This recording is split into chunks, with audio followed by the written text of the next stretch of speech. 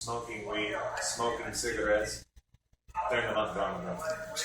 Right here in our backyard, and many of the people are sitting there and watching. Allah subhanahu wa ta'ala will not accept our fasting, our prayer, our ibadah if we sit there and we watch our brothers out and sleeping. I am the Islamic chaplain for the state of Minnesota Department of Corrections. Every single Friday I go up to the prison up in St. Cloud and I go ahead and give the khutbah on Friday, Salatul Jummah, and also we do a Quranic studies and teaching about back to the basic building blocks of what a Muslim is. Alhamdulillah, I pushed a lot with the Department of Corrections to actually get them their very first halal Ramadan in the prison system. Me and 5 other imams, we sat there and we came up with a dietary plan so that would be beneficial for them during the month of Ramadan. And also on Eid, now they're going to go ahead and get, for the first time ever, a halal meal for Eid with the Eid bread. MashaAllah. So, very important. But the problem is that there shouldn't be 300 to 500 brothers locked up and incarcerated here in the state of Minnesota.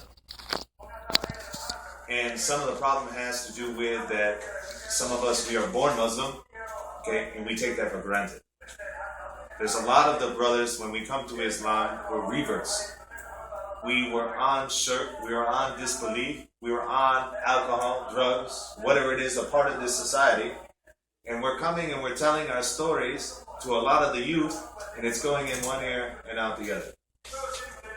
It's kind of like if I come and I tell you that there's a house on fire, it's burning, and I tell you this, and then you say, well, I want to go inside and I want to see if it's burning. Doesn't make any sense, does it? We are trying to share our experiences because we went through this whole part of the shaitan. Okay? But also, as Muslims, we can't sit there and watch as our brothers are falling off the path of Allah subhanahu wa ta'ala. It is our responsibility. If we see our brothers out in the street like that, we have to say, listen, put down that alcohol for now. Come with me to the mosque. Or come on, here, you look hungry. Let me feed you. Don't give them any money, first off. Okay? Number 1, don't ever give them money. But give them food. Come, let me feed you.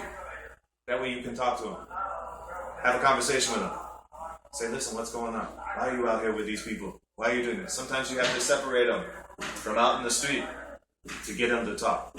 And you'll notice that most of these brothers, subhanAllah, I had a lot of these brothers out there crying. They were crying.